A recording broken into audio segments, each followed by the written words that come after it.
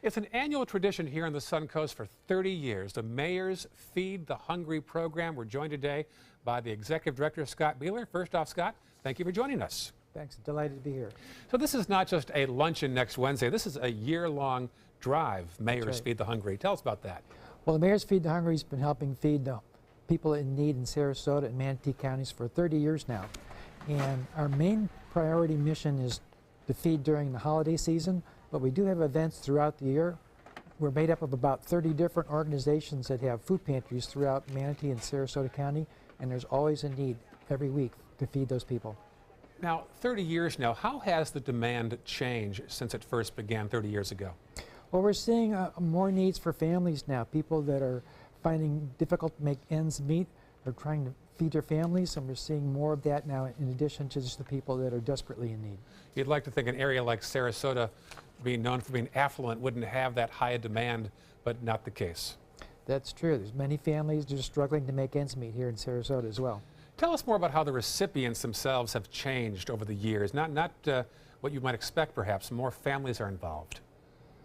Well, that's true. We're seeing a lot of families trying to feed their kids. As you probably know, approximately half of the children that attend schools in Sarasota County are on assisted food programs, and that's really kind of shocking. So we're trying to help out the families as well as those who are in desperate need.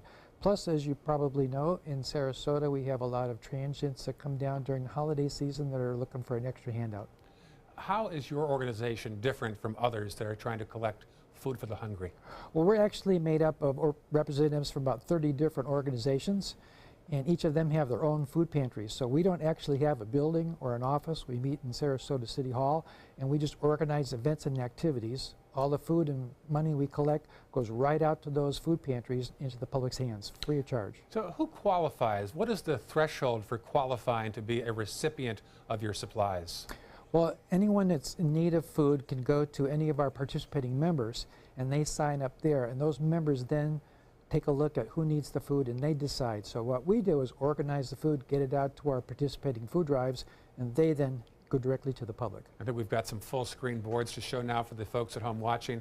The annual food drive is in November, of course, collecting food, and mayorsfeedthehungry.org.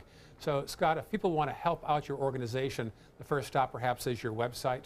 That's right. They can go to mayorsfeedthehungry.org.